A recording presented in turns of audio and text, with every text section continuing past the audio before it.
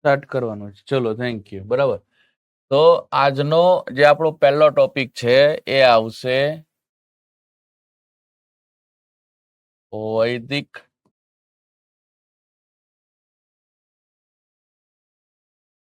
સંસ્કૃતિ. બરાબર. જી, વૈદિક સંસ્કૃતિ સમજવાનું છે. આ આપણો સેકન્ડ ઇમ્પોર્ટન્ટ ટોપિક છે. તમારે એસટીએમમાંથી ક્વેશ્ચન આવી શકે. વૈદિક સંસ્કૃતિમાં જ્યારે આપણે સમજવાની વાત કરીશું ત્યારે પહેલી જ વસ્તુ એ છે કે આનો સમયગાળો આપણે સમજવાનો થશે. ટાઈમ લાઈન, સમયગાળો આપણે સમજવાનો થશે. બરાબર. ચલો, આનો સમયગાળો જાણવો જરૂરી છે. પહેલા તો આનો સમયગાળો જે છે એ છે ઈસવીસન પૂર્વે 1500 થી ઈસવીસન પૂર્વે 600 સુધીનો. અને આ ફિક્સ્ડ છે, આ હલતો નથી. બરાબર, આ ફિક્સ્ડ જ છે.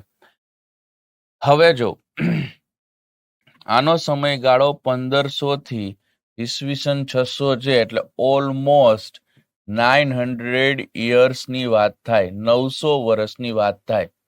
ઠીક છે, સમયગાળો 900 વર્ષનો છે. હવે એને છોડો સાઈડમાં. સેકન્ડ પ્રશ્ન, પહેલો પ્રશ્ન અહીંથી એ ઉઠે છે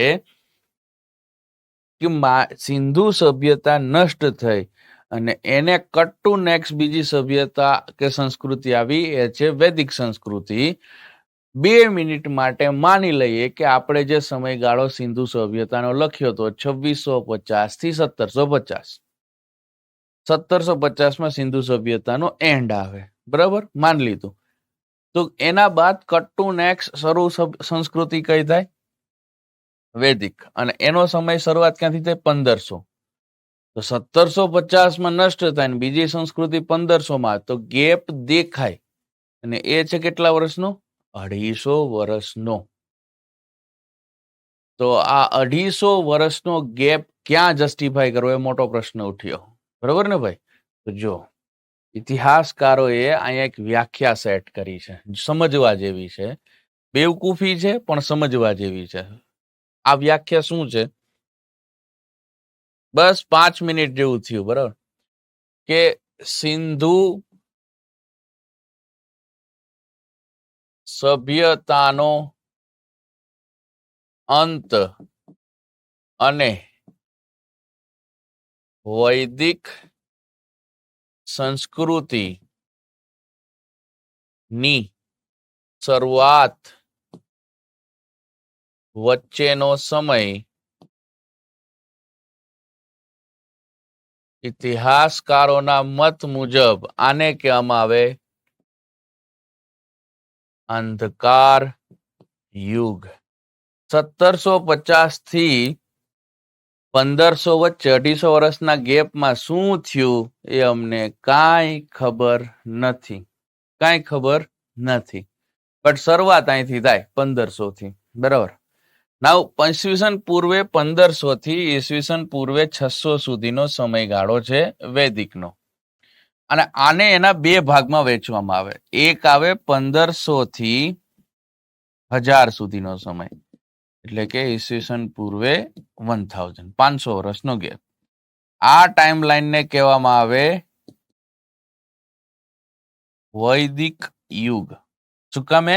કેમ કે આમાં એકમાત્ર વેદની રચના થઈ હતી, વિચ ઇઝ ઋગ્વેદ. બીજા કોઈની નથી થઈ. અને બીજો પછી 1000 થી 600 નો સમયગાળો ઉઠે. બરાબર, જેને કહેવામાં આવે અનુવૈદિક યુગ, પોસ્ટ વૈદિક એરા. બરાબર, આમાં અનુક્રમે બીજા 3 વેદની રચના થાય, સામ, યજુ અને અથર્વ. સમજ્યા? તો આપણે જે સમયગાળો સમજવાનો છે, કે આપણે જે પોર્શન સમજવાનું છે, એ આ જ રીતના છે. પેલું 1500 થી 1000 વાળું અને પછી 1000 થી 600 વાળું. બરાબર, એટલે આપણે આ ટાઈમ લાઈન મુજબ દોડીશું. હવે આ ટાઈમ લાઈનને તમારે શરૂ કરવી હોય તો થોડુંક હજી દોડવું પડશે, બેકગ્રાઉન્ડ ઉઠાવવું પડશે. બરાબર, કેમ બેકગ્રાઉન્ડ ઉઠાવવું? કયું બેકગ્રાઉન્ડ ઉઠાવવું? તો કે જો સિંધુ સભ્યતાને ચલાવવાવાળા લોકો હતા પ્રોટો ઓસ્ટ્રેલિયન, આલ્પાઇન, મધ્ય એશિયાઈ, મોંગોલ, આ બધા હતા. હવે પ્રશ્ન એ ઉઠે કે આને ચલાવવાવાળા કોણ છે?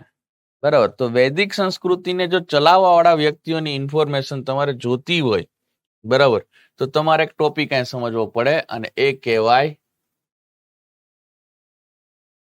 આર્યોનું આગમન. અરાઇવલ ઓફ આર્યન, આર્ય લોકોનું આગમન. બરાબર. આર્ય શબ્દનો અર્થ શું થાય?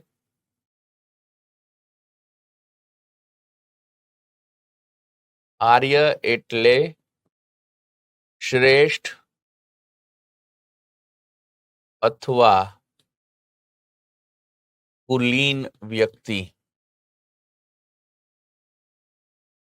One of the best one, શ્રેષ્ઠ કુળ. બરાબર. વન ઓફ ધી બેસ્ટ વ્યક્તિ કહેવામાં આવે આને. કુલીન લોકો, સર્વશ્રેષ્ઠ લોકો, આર્યો આ કેસમાં. હવે આ જે આર્યો જે છે એનું આગમન ભારતમાં. બરાબર. નાવડેઝ જો 2025માં આપણે વાત કરીએ, બરાબર, તો તે લોકો ઉત્તર ભારત અને પશ્ચિમ ભારતમાં રહે છે અને જો તે હિન્દુ છે તો તેને આર્ય કહેવામાં આવે. Those people who living in North and West India, and if they are Hindu, then my friend, they all are Aryan. તમે અને હું જો હિન્દુ હોઈએ તો આર્ય છીએ. બરાબર જી. નાવ તમે અને હું as per your text book મૂળભૂત રીતે એઝ પર ઇતિહાસકારોના મત મુજબ આ દેશના નથી. તમે અને હું બહારથી આવ્યા છીએ. પ્રશ્ન એ છે કે ક્યાંથી આવ્યા છે? બરાબર. તો અલગ અલગ ઓથર અલગ અલગ મત રજૂ કરે. આર્યોના આગમન બાબતે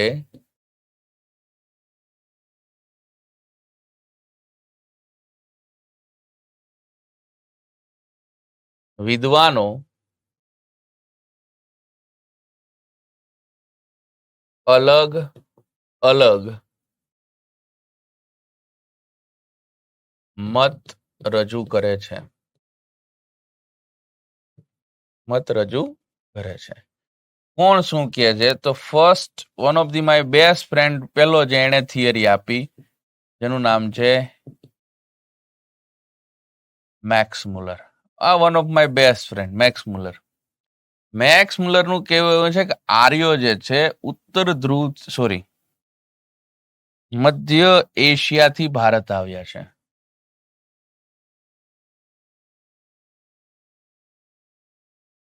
મધ્ય એશિયાથી ભારત આવ્યા છે. આ theory one of my best friend Max Muller દ્વારા કહેવામાં છે કે આર્યો મધ્ય એશિયાથી ભારત આવ્યા.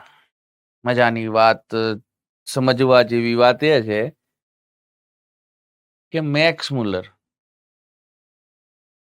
બરાબર, આ મારો એવો ફ્રેન્ડ છે જે મને બજારમાં મળે તો ગોળી મારીને મારી નાખું આને. બરાબર. આણે જે ભારતના ઇતિહાસની પથારી ફેરવી છે ને વાત ના પૂછો. બહુ બેકાર માણસ. બહુ બેકાર માણસ. બરાબર.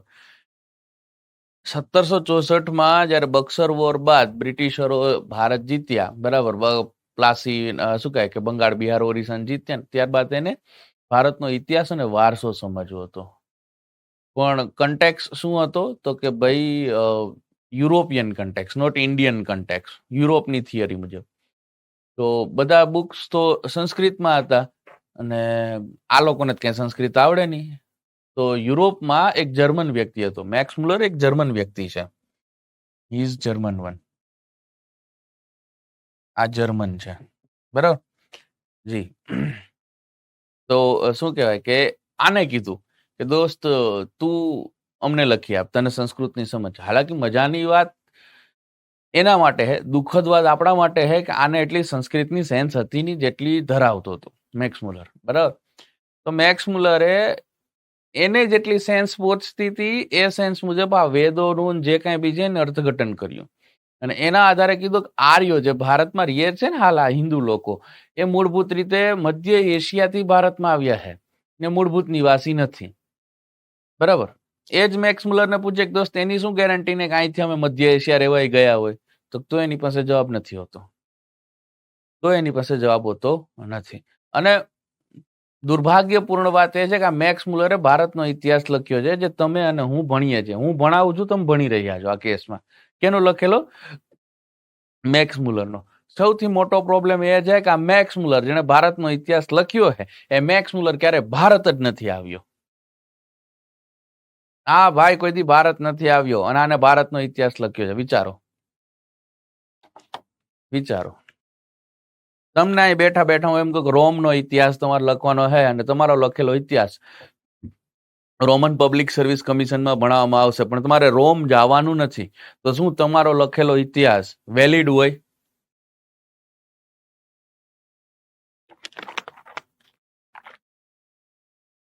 એક ટક્કો પણ ન હોય. બરાબર, 1% પણ ન હોય. અઘરું છે. બરાબર.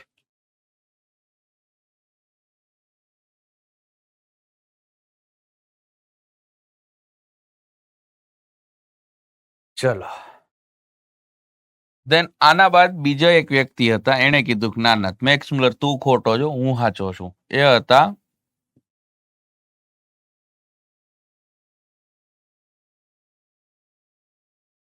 દયાનંદ સરસ્વતી, મહર્ષિ. બરાબર.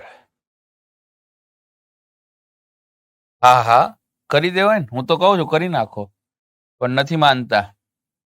દયાનંદ સરસ્વતીના મત મુજબ આર્યો જે છે એ તિબેટ થી ભારત આવ્યા છે. તિબેટ થી ભારત આવ્યા છે.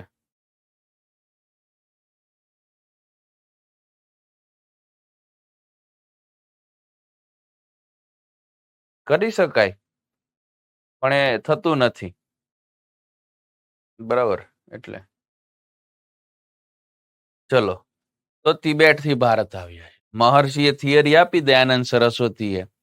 મહર્ષિએ કીધું કે આર્યો તિબેટ થી આવ્યા છે. મહર્ષિને કીધું કે મહર્ષિ થિયરી સરસ છે તમારી, પણ પ્રૂવ કરો. કેવી રીતના તમે થિયરી આપો? એટલે મહર્ષિએ કીધું જો અમારા દેવતાઓ સ્વર્ગમાં રહે છે, તો કે હા.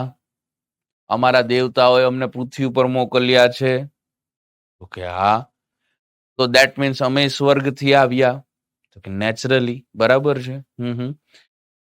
ઋગ્વેદમાં સ્વર્ગમાં જવાનો રસ્તો તિબેટથી લખ્યો છે, એટલે અમે ક્યાંથી આવીએ છીએ? તિબેટથી આવીએ. મજા આવી ગઈ. ये थियरी देख के मतलब दिल गार्डन गार्डन कर दिया, कलेजे विच ठंडक पै गई ये सुन के. मारा कहीं भी कोई भी आप है. बराबर. આના ઉપર આણે એક પુસ્તક બી લખ્યું છે, સત્યાર્થ પ્રકાશ.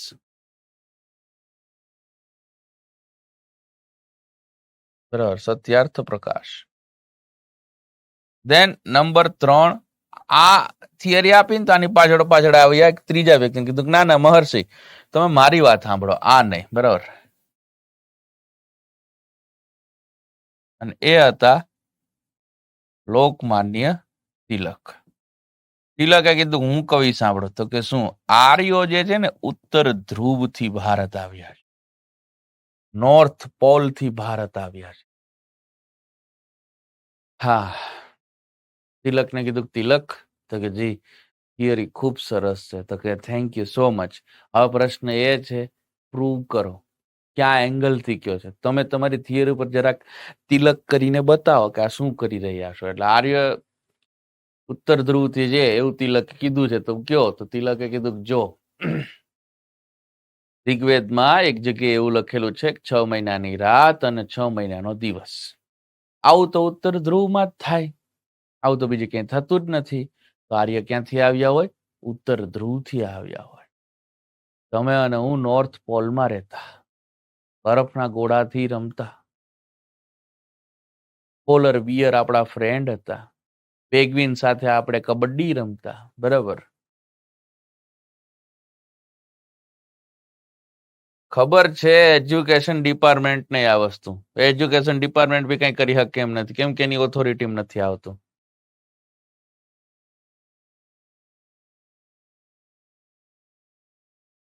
બરાબર. તો જો આના માટે એમણે એક પુસ્તક બી લખ્યું છે, આર્કટિક ધ હોમ ઓફ વેદાસ. આ પુસ્તક બી લખ્યું છે, એમાં થિયરી આપી છે એને. બરાબર જી. એમણે થિયરી અહીંયા આપી. જો અહીંયા હું મારું નામ લખી નાખું અને ગાંધીનગર લખી નાખું. એક અમદાવાદ થી રાજકોટ બાજુ ગયા, એક અમદાવાદ થી વડોદરા બાજુ ગયા, એક અમદાવાદ થી સુરત ને શું કહે કે નોર્થ ગુજરાત બાજુ નીકળી ગયા, પાટણ મહેસાણા બાજુ. બરાબર. પછી ધીમે ધીમે આખા ભારતમાં ફેલાયા. ચાલી જાય? નો હાલે. થિયરી હે. થિયરી તો બધાએ આપી શકે. પ્રૂવ ક્યાંથી કરવું? ફેક્ટ ક્યાં? થિયરી તો બધાએ આપે. ફેક્ટ આપે ને ત્યારે માનવાની વાતો શરૂ થાય, ત્યાં સુધી ન થાય. તમે તમારું નામ લખીને 2-4 થિયરી મારી શકો. કહેવામાં ક્યાં રૂપિયા છે? થિયરી આપવામાં ક્યાં રૂપિયા લાગે છે? સુટેબલ ફેક્ટ્સ નથી ત્યાં સુધી તો આ થિયરી કોઈ કામની જ નથી ને મિત્ર. બરાબર. દેન આવશે નંબર 4,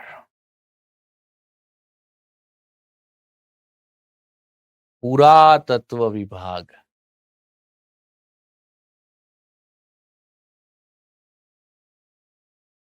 આર્કિયોલોજીકલ ડિપાર્ટમેન્ટ. અને પુરાતત્વ વિભાગે કીધું સાંભળો, અમે કે આર્યો જે છે એ આવેલા છે યુરેશિયાના સ્ટેપીઝના મેદાનથી. સ્ટેપીઝના મેદાનથી આવેલા છે. બરાબર.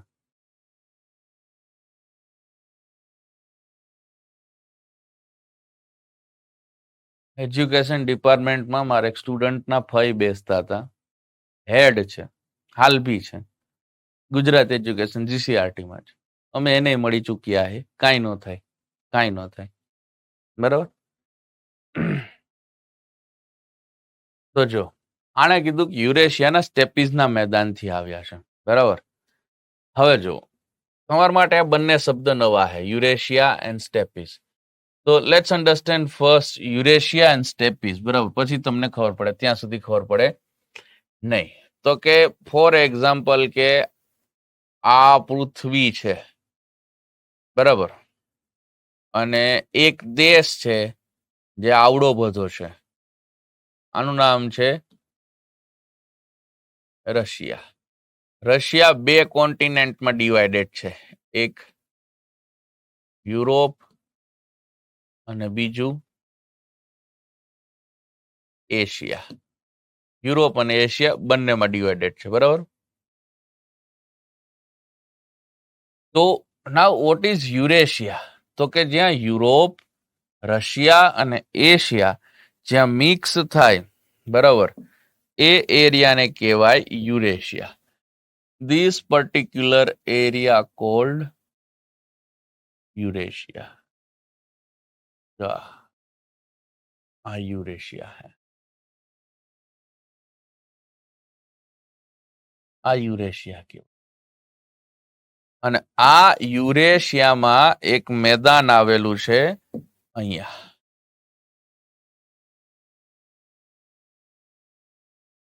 સ્ટેપીઝ મેદાન અહીંયા આવે. સ્ટેપીઝ જે છે આને ગ્રાસલેન્ડ કહેવાય. આ ઘાસનું મેદાન કહેવાય. ઘાસનું મેદાન. અહીંયા વિપુલ માત્રામાં ઘાસ ઉગે.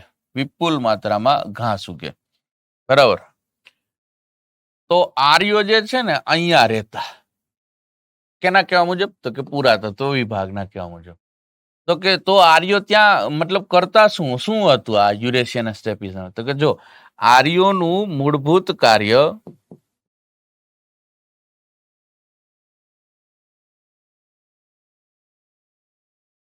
પશુપાલન હતું. એટલે કે આર્યો અહીંયા ઘાસના મેદાનમાં એને ઘાસ સરસ રીતના મળી રહેતું, તો અહીંયા રહેતા, ઘેટા બકરા ચરાવતા, મોજ મજા કરતા, બરાબર, ગાય ભેંસ ને બધું ચરાવતા, મોજ મજા કરતા. આર્યો અહીંયા જ રહેતા, બરાબર, સરસ રીતના. તો ત્યાં રહેતા હતા, તો ત્યાં જ રહે ને, અહીંયા આવવાનું જરૂરિયાત છે?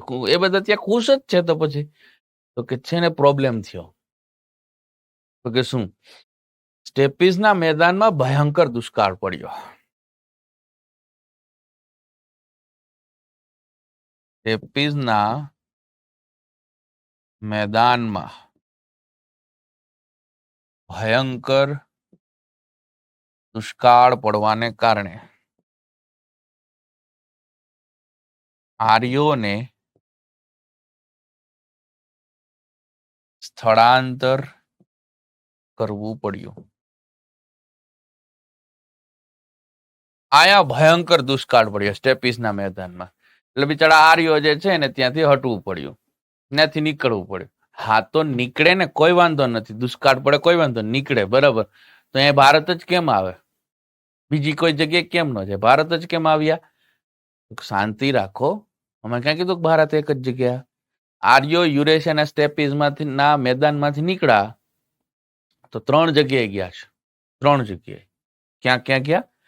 તો કે આર્યોની એક ટુકડી આવી અહીંયા ગ્રીસમાં, એક ટુકડી અહીંયા આવી ઈરાનમાં, અને એક ટુકડી અહીંયા આવી ભારતમાં. 3 જગ્યાએ ગયા છે, બરાબર. એક જગ્યાએ ક્યાં ગયા હે? અચ્છા, એટલે તમે ભારત વાળાની વાત કરવા માંગો છો? હા, આપણે થિયરી એ જ ચાલે તો ભારતની જ વાતો કરીશું ને. તો કે જી 3 જગ્યાએ ગયા. તો કે હા, ભારત એક ટુકડી આવી. તો યસ. ક્યાં રસ્તેથી આવ્યા જરા એ બી જણાવો. તો કે જો આર્યો દ્વારા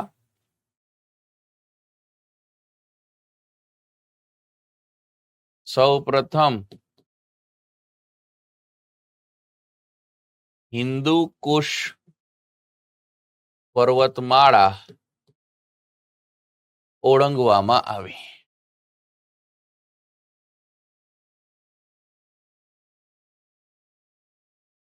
હિન્દુ કુશ પર્વતમાળા નાવ days in at that time also in Afghanistan. તેના બાદ ખૈબર ઘાટ પાસ પાર કર્યો. ખૈબર ઘાટ પાસ પાર કર્યો. આ આવે પાકિસ્તાનમાં. અને અંતે સપ્ત સિંધુ પ્રદેશમાં ઉતરી આવ્યા.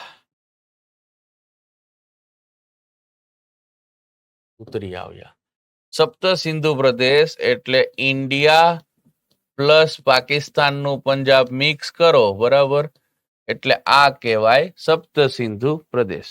ભારતનું અને પાકિસ્તાનનું પંજાબ મિક્સ કરો તો આ થાય. તો સપ્ત સિંધુ પ્રદેશમાં ઉતરી આવ્યા. તો વાહ વાહ, સરસ, મજા આવી ગઈ. આર્ય આવી રીતના આવ્યા. તમારું કેવું એમ છે? તો કે હા, તો સાથે કઈ લઈ આવ્યા આર્ય ભારતમાં? તો કે હા, આર્ય તેમની સાથે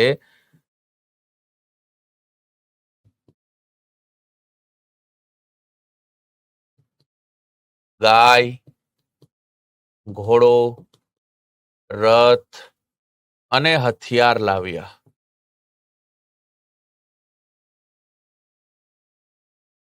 જે સિંધુ સભ્યતામાં નહોતા, એ આ લઈ આવ્યા. તો કે અચ્છા, તો આર્યો જયારે અહીં આવ્યા સપ્ત સિંધુ પ્રદેશમાં, તો જી તો અહીં કોઈ રહેતું હતું? તો કે હા હા, સિંધુ સભ્યતાના લોકો રહેતા હતા ને. પછી તો કે એમના વચ્ચે યુદ્ધ થયું. ઓહો, બરાબર. હા, તો કે અહીંયા એક યુદ્ધ થયું. કોની કોની વચ્ચે? તો કે આર્ય વર્સિસ અનાર્ય. અનાર્ય એટલે સિંધુ સભ્યતાના લોકો, બરાબર. તો કે આર્યો અને અનાર્યો વચ્ચે યુદ્ધ થયું, જેમાં અનાર્યોની હાર થઈ. થાય જ ને. સિંધુ સભ્ય તળાવ પાસે બિચારા પાસે ઓજાર હતા, હથિયાર ક્યાં હતા? અને આર્યો હથિયાર લઈને આવ્યા.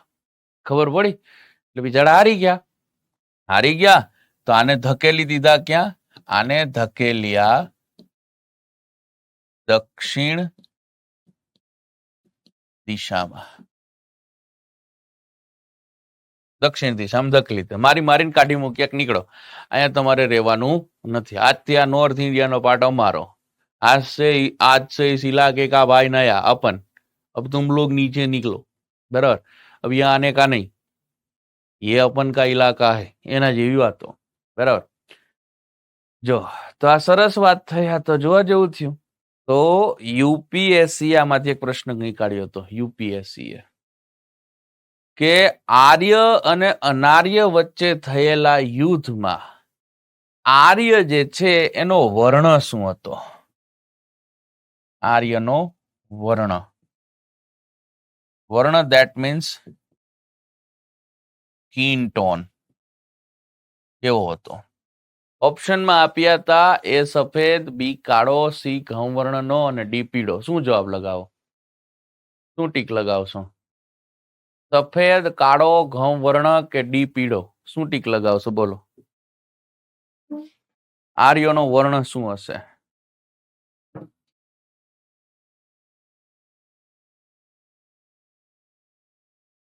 ઘઉં વર્ણ, યેલો, ડી પીળો, ઘઉં વર્ણ.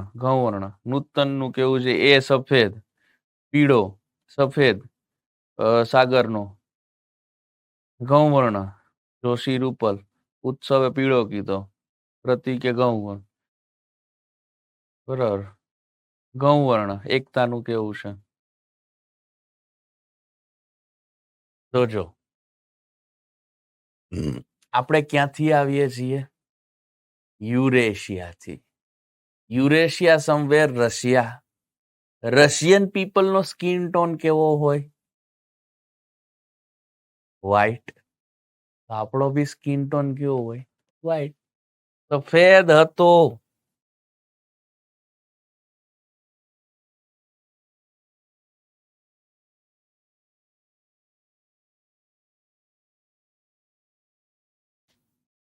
થાપ ખવડાવવા માટે આ પ્રશ્ન પૂછ્યો હતો. ખબર પડી? થાપ ખવડાવી દેવું તું છોકરાઓને.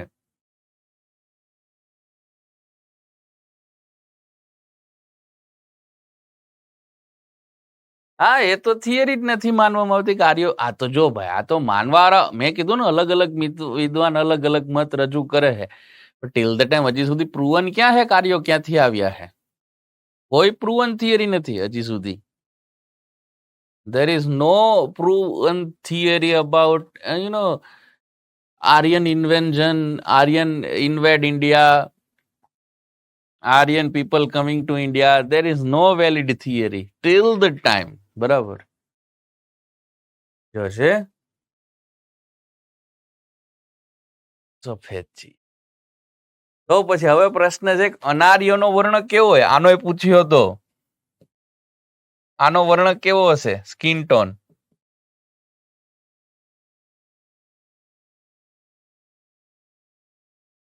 કાળો. ટૂંકમાં કાળિયાવ અને ધોળિયાવ વચ્ચે એક યુદ્ધ થયું જેમાં કાળિયા હારી ગયા. તો કાળિયાવને મારી અને દક્ષિણ દિશામાં ધકેલી દીધા.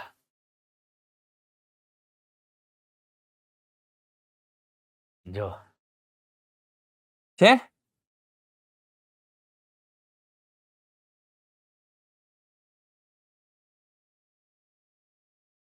ચલો દેન અહીંથી હજી સમજીએ તો કે આર્યો જે છે બરાબર ભાષા કઈ બોલતા? આર્યોની ભાષા કઈ હતી? તો કે આર્યો જે છે એ ઇન્ડો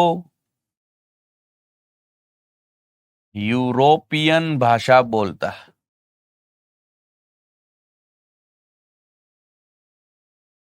ઇન્ડો યુરોપિયન ભાષા હતી. ઇન્ડો યુરોપિયન કોઈ ભાષા નથી. It's a bunch of language. આ ભાષાઓનો સમૂહ છે. કઈ કઈ ભાષાઓ આની અંદર આવે? તો કે જો આની અંદર આવે એક ગ્રીક, બરાબર, એક ગ્રીક, એક ઝેદ, એક સંસ્કૃત, એક ગોથિક, એક જર્મન, બાલ્ટિક,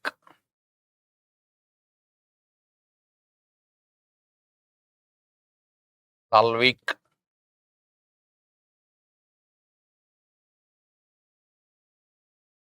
નોમેડિક,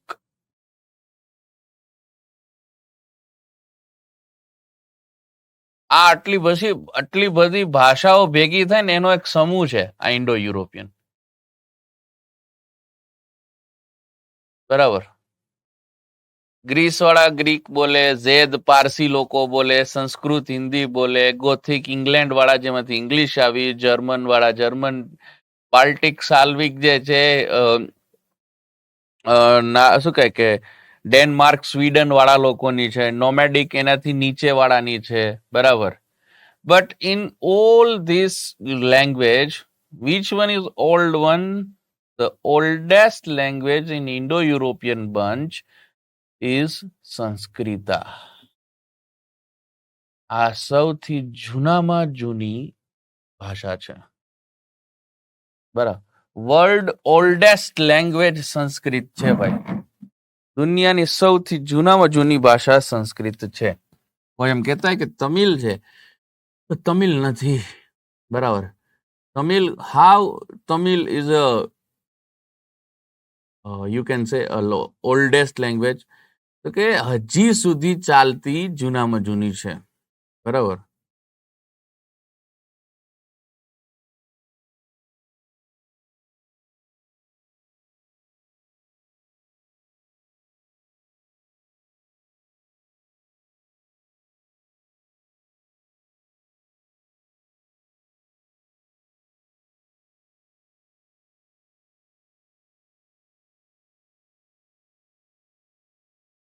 ચલો ખબર પડી. ઓકે, નાવ જુઓ.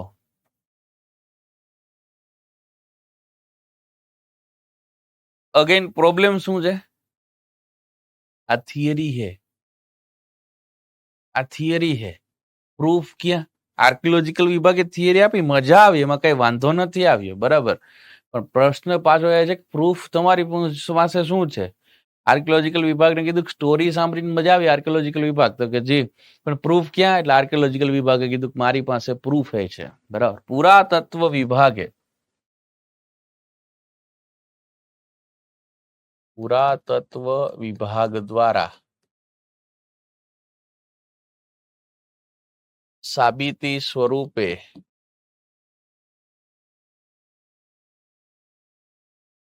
ટેપીઝના મેદાનમાં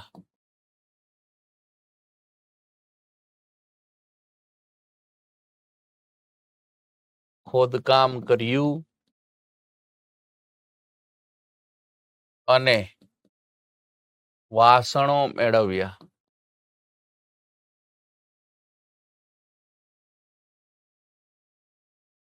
વાસણો મેળવ્યા. તેવા જ વાસણો ભારતમાં પ્રાપ્ત થયા, જેનો સમયગાળો એક સમાન. હેન્સ પ્રૂવ કે આર્યો ક્યાંથી આવ્યા છે? યુરેશિયાના સ્ટેપીઝના મેદાનથી. જો હે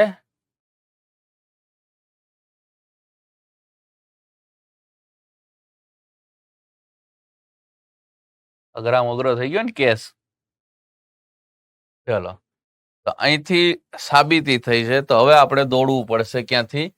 તો કે વૈદિક યુગથી સમજવાની શરૂઆત કરવી પડશે, કેમ કે આર્યોનું આગમન થઈ ગયું છે ને, તો હવે વૈદિક યુગ શરૂ થશે. વૈદિક યુગનો સમયગાળો શું હતો?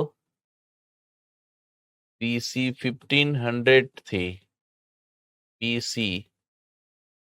1000, 500 વર્ષનો ગાળો.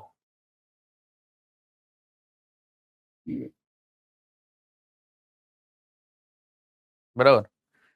નાવ અગેન પ્રશ્ન પેલો શું ઉઠશે ખબર? આ ટાઈમલાઈન 1500 થી 1000 વાળાને વૈદિક યુગ કહેવાય, એનો પુરાવો શું તમારી પાસે? તો આ વૈદિક યુગના માહિતીના સ્ત્રોત શું છે?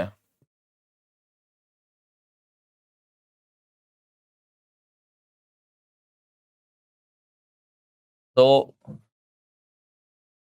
લિટરેચર વાઇઝ સાહિત્યક સોર્સ,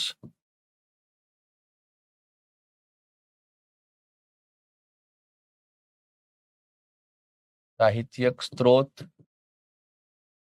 તો કે બે છે. એક તો લિટરેચર વાઇઝ કોઈ પુસ્તક એવું જે હેલ્પ કરે છે, તો યસ, મેજરલી આ જ પુસ્તક એ હેલ્પ કરે છે, ઋગ્વેદ. બરાબર. અને બીજું તો કે જેદ અવેસ્તા. જેદ અવેસ્તા પારસીઓનો ગ્રંથ છે.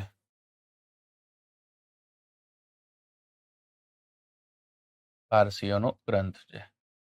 પુરાતત્વિક રીતે આર્કિયોલોજીકલ વાઇઝ કોઈ?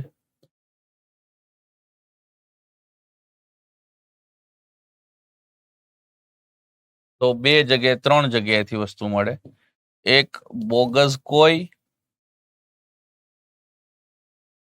કોઈ અને મિન્નતી અભિલેખ.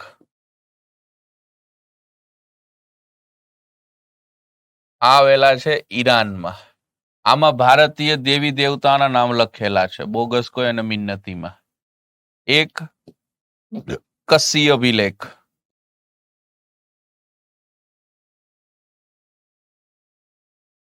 આ આવેલો છે તુર્કમાં. આમાં ભારતીય દેવી દેવતાના નામ લખેલા છે, વૈદિક કાલીન.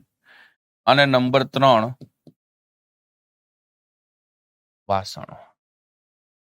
આનાથી પુરાવો થઈ જાય કે ભારતમાં 1500 થી 1000 ઈસવીસન પૂર્વેનો જે સમયગાળો છે, એને કયો સમયગાળો કહેવામાં આવશે? તો કે આને કહેવામાં આવશે વૈદિક યુગ.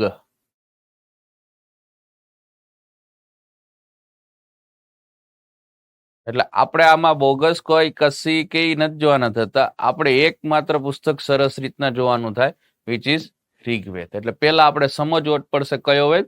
ઋગ્વેદ ને સમજવો પડશે. ખબર પડી? ચલો, તો આપણે પેલા ઋગ્વેદ સમજીએ.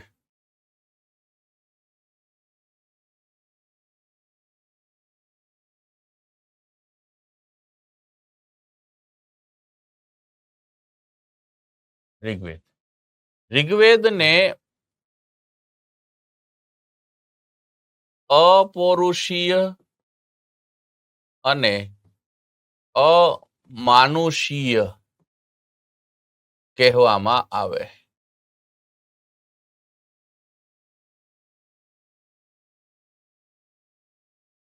છે. પૌરુષીય એટલે કોઈ પુરુષોએ નિર્માણ નથી કર્યો, અને માનુષ્ય એટલે કોઈ મનુષ્ય દ્વારા પણ નિર્માણ થયો નથી. વળી ઋગ્વેદ દુનિયાનો સૌથી જૂનો ગ્રંથ માનવામાં આવે છે. દુનિયાનો સૌથી જૂનો ગ્રંથ માનવામાં આવે છે. વળી ઋગ્વેદના મંત્રો જે છે, વર્લ્ડ હેરિટેજ સાઇટમાં છે.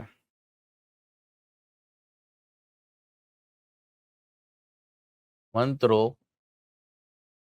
હેરિટેજ તરીકે સચવાયેલા છે. બરાબર. દેન ઋગ્વેદના એક ઉપવેદ છે, જેનું નામ છે Ayurveda. સબવેદા. Ayurveda is related with ચિકિત્સા. અને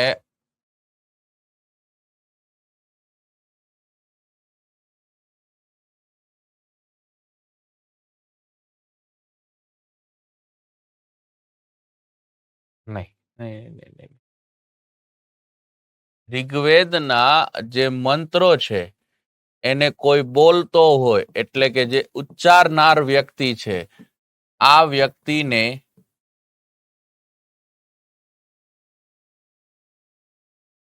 હોતૃ કહેવામાં આવે.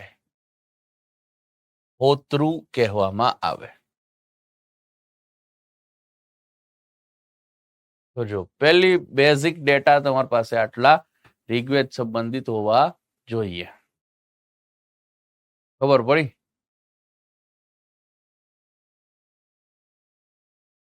નાવ આ ઋગ્વેદની રચના કોણે કરી છે? આ એક પુસ્તક છે ઋગ્વેદ. તો આની રચના કોણે કરી છે? આની રચના ક્યારે થઈ છે? ઋગ્વેદની રચના ક્યારે થઈ? કોઈ આઈડિયા? ઋગ્વેદની રચના ક્યારે થઈ ભાઈ?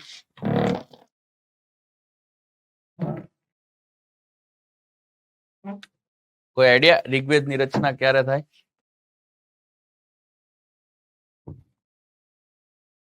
હોતૃ.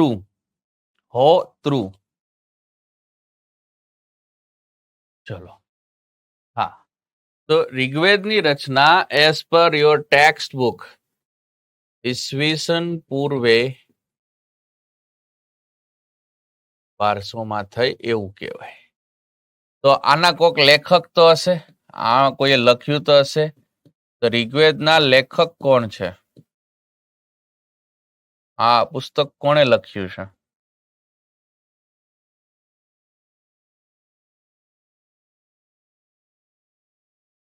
આ પુસ્તક કોણે લખ્યું છે? ચલો, આ એક પુસ્તક છે તો પુસ્તકના લેખક તો હશે મહર્ષિ. તમે વેદ વ્યાસ કહો છો?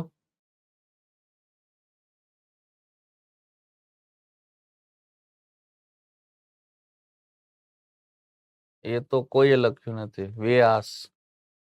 ઓકે,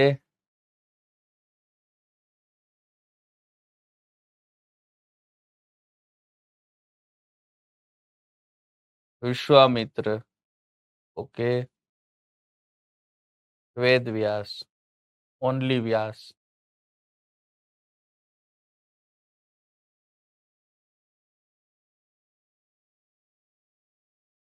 જો તમને ન ખબર હોય ને કે ઋગ્વેદ કોણે લખ્યો છે, તમને ન ખબર હોય ને તો કોઈ અફસોસની વાત નથી.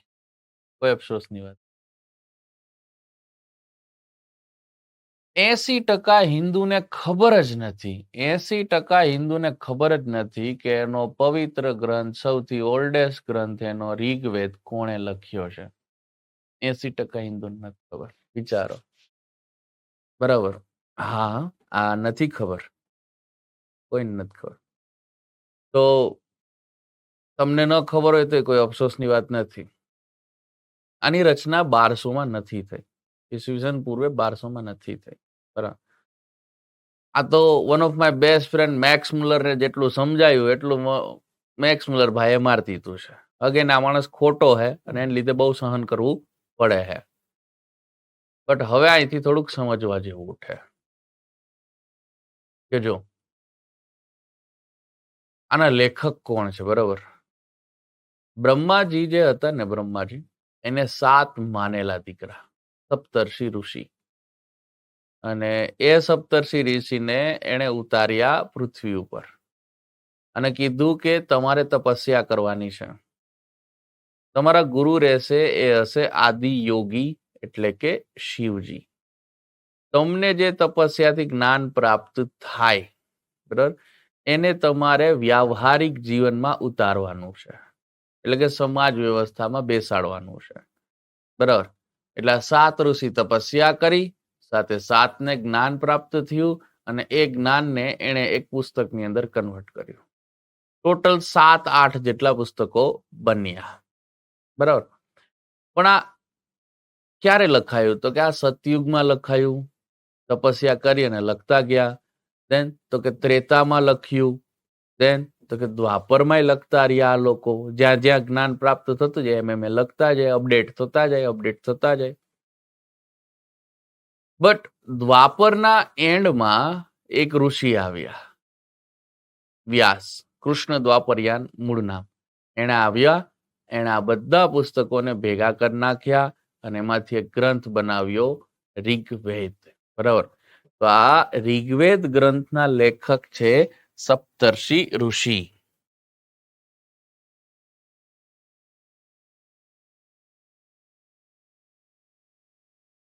અને આનું સંકલન કોણે કર્યું છે?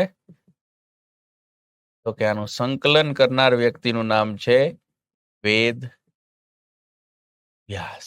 આનું વેદોને સંકલન કર્યું છે. બરાબર. હા, એટલે આને વેદ વ્યાસ કહે. બાકી આમનું મૂળ નામ કૃષ્ણ દ્વાપરયાન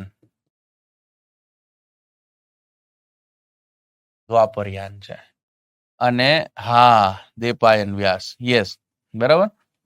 અને હિન્દુ માઇથોલોજી મુજબ આ એક અજર અમર વ્યક્તિ છે, ઇમોર્ટલ છે. આ મરતા નથી, આ મૃત્યુ પામતા નથી. તો જો ખબર પડી એક્ઝેક્ટલી શું છે. બરાબર.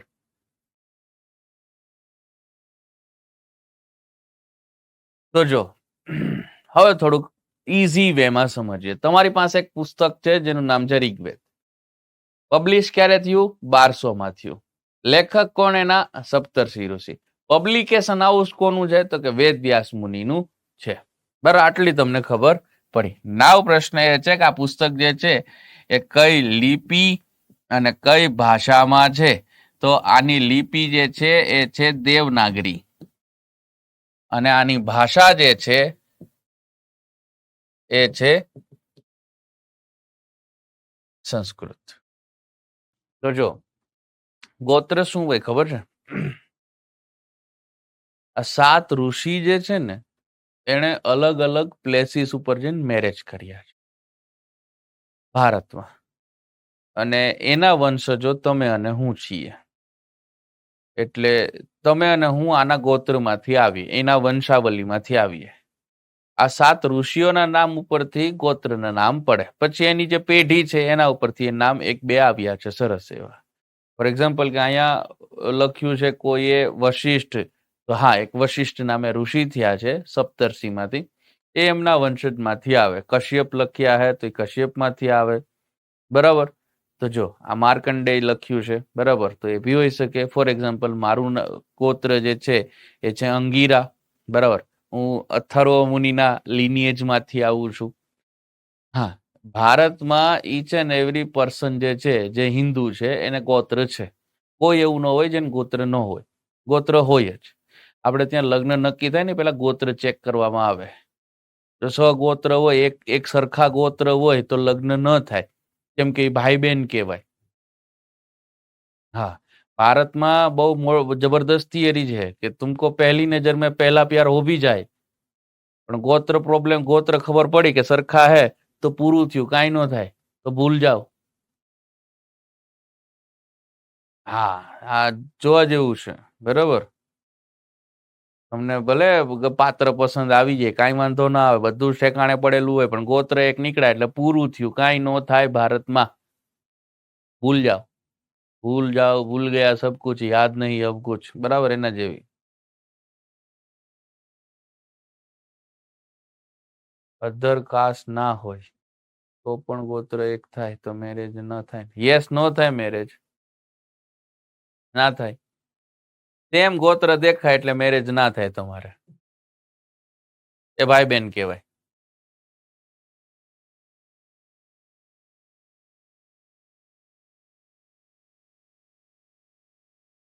ડન, ખબર પડી? ચલો દેન ઋગ્વેદના પ્રકરણ 3 વેરી ફેમસ ગાયત્રી મંત્ર લખાયેલો છે. અને આ આપને કોણે આપ્યો છે? તો કે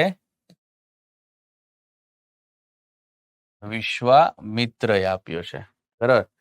વિશ્વામિત્ર મુનિએ આપને આપ્યો છે ગાયત્રી મંત્ર.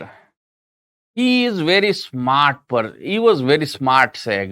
એ બહુ હોશિયાર ઋષિ હતા વિશ્વામિત્ર. કેવી રીતના તો કે થયું કેવું કે પેલા અનાર્યને તો મારી મારીને દક્ષિણમાં ધકેલી દીધા આપણે. હવે એ તો હતા નહીં, બરાબર, એને દક્ષિણમાં નાખી દીધા. તો વિશ્વામિત્રને એમ થયું, કરે પેલા દક્ષિણમાં જે ગયા સિંધુ વાળા, બરાબર, તો કે હા એનો તો કોઈ ધર્મ હતો નહીં, કેમ કે એ તો ધર્મ નિરપેક્ષ હતા ને બિચારા. તો એને એમ થયું કે ચલો દક્ષિણમાં જઈએ અને લોકોને સમજાવીએ સનાતન. તો વિશ્વામિત્રજી ગયા દક્ષિણમાં.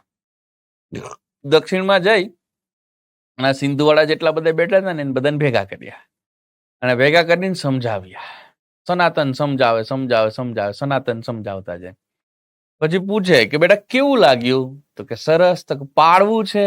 તો કે હા હા સરસ છે, તો પાડવું જોઈએ ને? તો કે જી. તો બેટા બોલો ગાયત્રી મંત્ર. એટલે પેલો જેવો ગાયત્રી મંત્ર બોલે, બરાબર, એટલે એમ કે બેટા કોંગ્રેચ્યુલેશન્સ, આજથી તમે હિન્દુ, આજથી તમે સનાતની. હા, તમારી જાણ ખાતર કહી દો, નોન હિન્દુ પર્સન ને જો હિન્દુ ધર્મ અડોપ્ટ કરવો હોય તો ખાલી ગાયત્રી મંત્ર જ બોલવો પડે. ગાયત્રી મંત્ર બોલવાથી એ થઈ જાય હિન્દુ. હા, આ સિસ્ટમ કોણે શરૂઆત કરી હતી?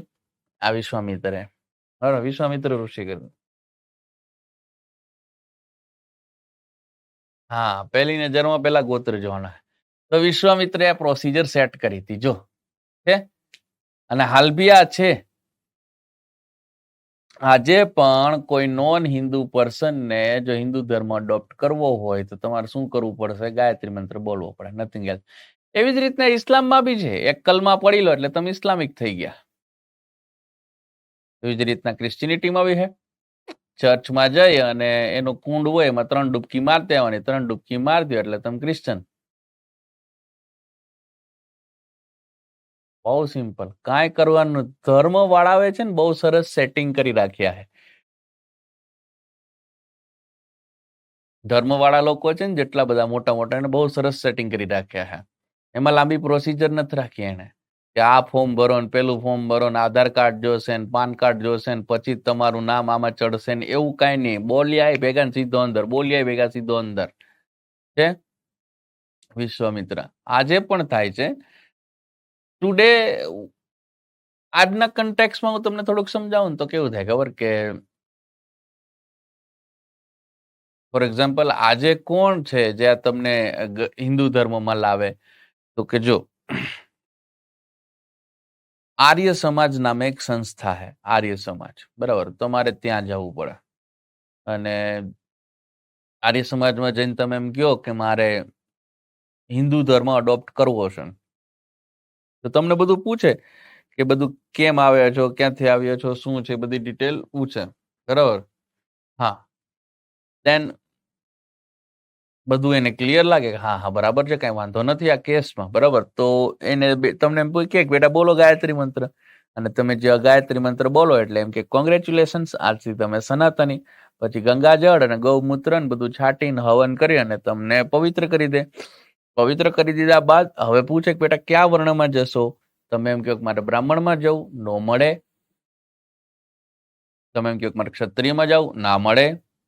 તમે એમ કહો વૈશ્યમાં જવું, અગેન ના મળે. તમે એમ કહો મારે શૂદ્રમાં જવું, શૂદ્રમાં પણ ન મળે. એક નવો જ વર્ણ ઉભો કરવામાં આવે જેમાં તમારી એન્ટ્રી થાય. તમને મૂળ 4 વર્ણમાંથી એક વર્ણમાં ન મળે, બરાબર. તો ત્યાં તમને બેસાડવામાં આવે અને તમે સનાતની થઈ ગયા, simply. This is the standard procedure. આને હજી છે ને તમે આને હજી બી તમે સાંભળ્યું હશે. તમે ઘણી વખત સાંભળ્યું હશે કે 50 લોકોને ઘર વાપસી કી, 500 લોકોને ઘર વાપસી કી, આવું ક્યારે સાંભળ્યું હશે, બરાબર? ઘર વાપસી, જી. આ કોણ કરે? તો કે આર્ય સમાજ કરે. આ થિયરી આપી કોણે એક્ઝેક્ટલી? વિશ્વામિત્રે. ખબર પડી? આ બધી પ્રોસિજર, સ્ટાન્ડર્ડાઇઝ પ્રોસિજર કોણે સેટ કરી છે? વિશ્વામિત્ર ઋષિએ. આવ્યો અંદાજો? ચલો, ખબર પડી ભાઈ? ભાઈ ક્વેશ્ચન? હા, કબૂલે કબૂલે કબૂલે. ઘર વાપસી વાળો, એક્ઝેક્ટલી. જોશી, રૂપલ. યસ, બહુ સરસ છે. ધર્મ પરિવર્તન ઓન ધ સ્પોટ થાય, કાંઈ કરવું ન પડે. ના ના એવું ના હોય. ચલો દેન હવે સમજવા જેવું આવે ઋગ્વેદનું 7મું પ્રકરણ.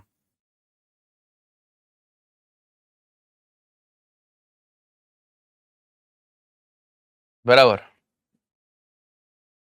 આમાં એક યુદ્ધનું વર્ણન છે.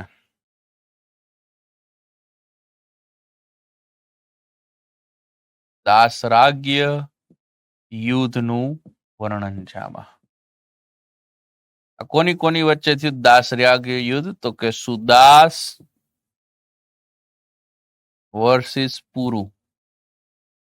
આ પુરુ એટલે પોરસ નથી હો. હજી વાર લાગશે એને આવતા. સુદાસ અને પુરુ.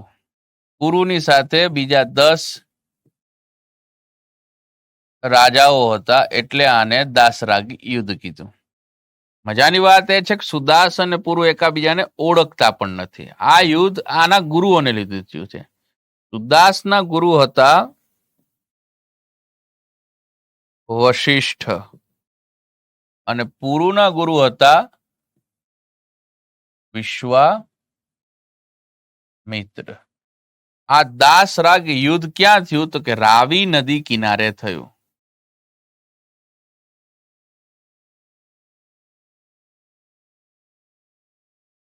રાવી નદી કિનારે આ યુદ્ધ થયું. બરાબર. સુદાસ અને પુરુ વચ્ચે. નાવ પ્રશ્ન એ છે કે આ બધાને ઝઘડો શું છે? બરાબર ને? મોટો પ્રશ્ન જ ત્યાંથી ઉઠે કે ક્યાં ઝઘડાને લીધે આ બધું થયું હશે? તો કે જો થયું કેવું કે આર્યો ભારતમાં આવ્યા ને પહેલી વખત, ત્યારે એ 5 ટુકડી આવી હતી આર્યોની. 5 ટુકડી આવી એવું કહેવામાં આવે. કુરુ, દ્રહુ, યદુ, પાંચાલ આવી ટુકડીઓ આવ્યા હતા. બરાબર. હવે એને ભારતમાં એન્ટ્રી લીધી ને ત્યારે એને શરૂઆતના પ્રાંત જે જીતવા હતા, એને સામ્રાજ્યમાં ફેલાવો કરવો હતો, તો એને એક ગુરુ રાખ્યા. એ ગુરુ હતા વિશ્વામિત્ર. તો વિશ્વામિત્રે હેલ્પ કરી અને એને જે પ્રાયર પ્રાંત હતા બધા એ જીતાડી દીધા. બરાબર. હવે એને આગળના પ્રાંત જો આર્યોને જીતવા હોય તો ગુરુ ચેન્જ કરવા પડે. તો એને વશિષ્ઠ ગુરુ રાખવા પડે. તો આર્યોએ શું કર્યું કે વિશ્વામિત્રનો ત્યાગ કર્યો ને ગુરુ રાખી દીધા વશિષ્ઠને. હવે વિશ્વામિત્ર જોડે તો દગો થઈ ગયો ના કેસમાં. તો વિશ્વામિત્રને એમ થયું કે આ તો દગો કહેવાય. તો વિશ્વામિત્ર આર્યોના જે સુદાસ આ આર્ય છે આના અગેન્સ્ટમાં હતા ને એની બાજુમાં જઈને બેઠા પુરુની. અને પુરુને કીધું કે આપણે એક યુદ્ધ કરવાનું છે. એટલે પુરુએ કીધું થઈ જશે અને આપણે જ જીતશું. તો કે કેમ? તો કે આપણી સાથે બીજા 10 રાજાઓ છે. રાવી નદી કિનારે એક યુદ્ધ થયું. બરાબર. જેમાં રિઝલ્ટ શોકિંગ આવ્યું. સુદાસ વિજેતા થયો.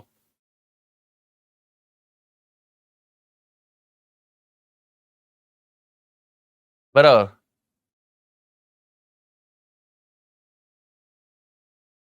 હા, સુદાસ વિજેતા થયો.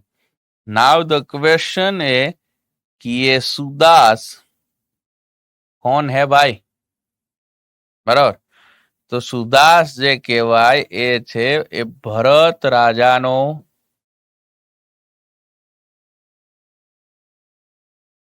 પૂર્વજ છે. ભરત રાજાનો પૂર્વજ છે ભાઈ. ભરત રાજા દુષ્યંત અને શકુંતલાના પુત્ર ભરત, જેણે ભારત આખું વિજય મેળવ્યું. એટલે ભારતના નામ પર ત્યાં દેશનું નામ શું પાડવામાં આવ્યું? ભારત પાડવામાં આવ્યું. ખબર પડી? જી. તો જો આ છે સુદાસ. સુદાસ કોણ હતો? તો કે સિમ્પલ. હા, ભરત રાજા છે. ભરત રાજા તો સમજવા જેવું કેરેક્ટર છે. દુષ્યંત અને શકુંતલા પણ જોવા જેવું કેરેક્ટર છે. અભિજ્ઞાન શાકુંતલ કરીને એક પુસ્તક છે કાલિદાસ દ્વારા રચિત. એ પુસ્તકમાં આમની સ્ટોરી બહુ સરસ રીતના લખેલી છે. 25% જેટલી સ્ટોરી કરું, 75% સ્ટોરી તો ન થઈ શકે, કેમ કે જો આટલી આખી સ્ટોરી કરવા જાવ તો લેક્ચર પૂરો થઈ જાય. બરાબર. તો થયું કેવું કે એક ઋષિ હતા વિશ્વામિત્ર. વિશ્વામિત્ર ઘોર તપસ્યા ઉતરી આવ્યા. તપસ્યા કરવાનું કારણ તો કે એમને ઇન્દ્રાસન જોઈએ છે. ઇન્દ્ર જે જગ્યાએ બેઠો છે એ જગ્યાએ એમને બેસવું છે. બરોબર. એને ટૂંકમાં મનુષ્યમાંથી દેવતા અને દેવતાઓનો રાજા બનવું છે, દેવરાજ ઇન્દ્ર, બરાબર, એવી રીતના. તો તપસ્યામાં ઉતરી આવ્યા. શરૂઆતમાં ઇન્દ્રને એવું લાગ્યું કે નહીં પહોંચી શકે મારી સુધી, આનામાં એટલી ક્ષમતા દેખાતી નથી કે મારા સુધી પહોંચે, બરાબર. પણ તપસ્યામાં એટલા તલ્લીન થતા જાય કે ધીમે ધીમે ધીમે ધીમે ધીમે આગળ વધી રહ્યા. અને હવે ઇન્દ્ર ડરી ગયો. ક્યાંક આ ભાઈ ઇન્દ્રાસન લઈ ગયો તો હું ક્યાં બેસીશ, મારી જગ્યાનું શું થશે, બરાબર.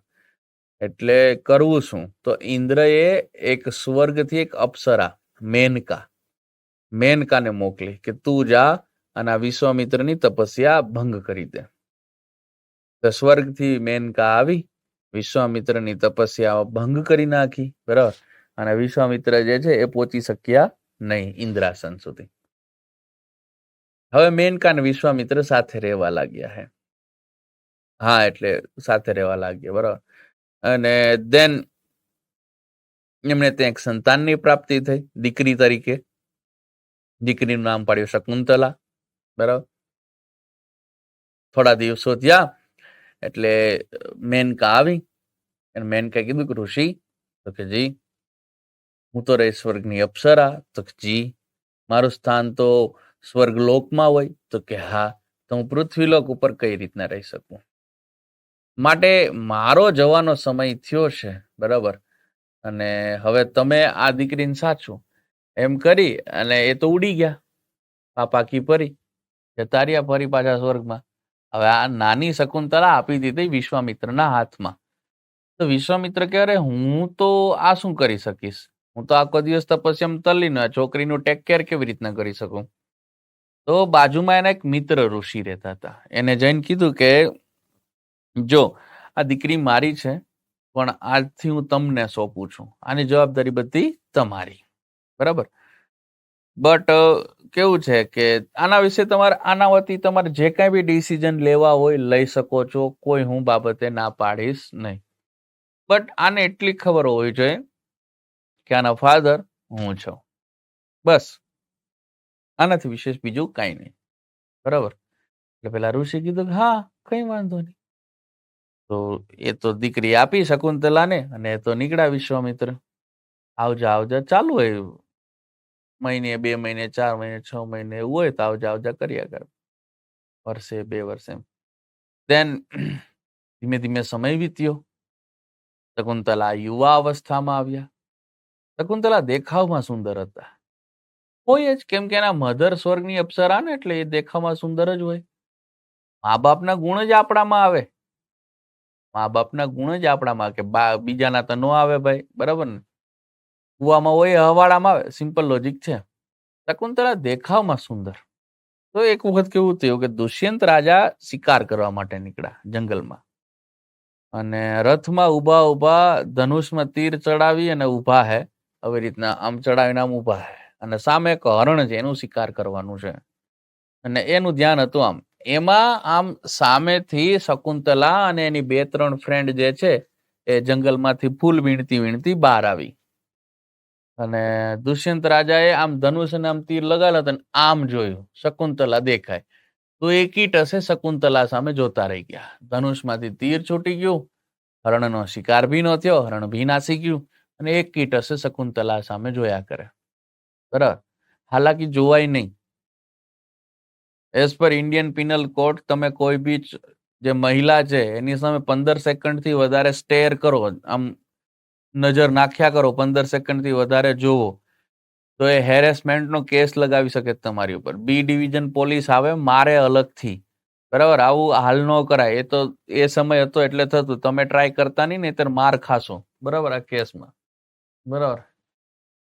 દેન એકીટસે જોયા કરે, શકુંતલા સ્તબ્ધ, કે અરે આવી રીતના કેમ? દેન દુષ્યંત રાજા જે છે રથમાંથી નીચે ઉતર્યા, શકુંતલા પાસે પહોંચ્યા, કીધું કોણ છો તમે? તો કે શકુંતલા. સરસ, તમારા સમક્ષ હું લગ્નનો પ્રસ્તાવ મૂકું છું. હવે આવું ન કરાય, માર ખાવો હોય તો આ ધંધો કરાય. કોઈ બી લેડી જતા એને એમ કહ્યું કે હું તમારા સમક્ષ લગ્નનો પ્રસ્તાવ મૂકું, તો પેલી બીજી જ મિનિટ એમ કે હું તમારા સમક્ષ માર ખાવાનો પ્રસ્તાવ મૂકું છું. ખાવો હે માર, બરાબર. એવી રીતના વાતો થઈ જાય. માર પડશે અલગથી, ભાઈઓ આવી જશે બેનના ભરીને ક્યાંકથી ને ક્યાંકથી.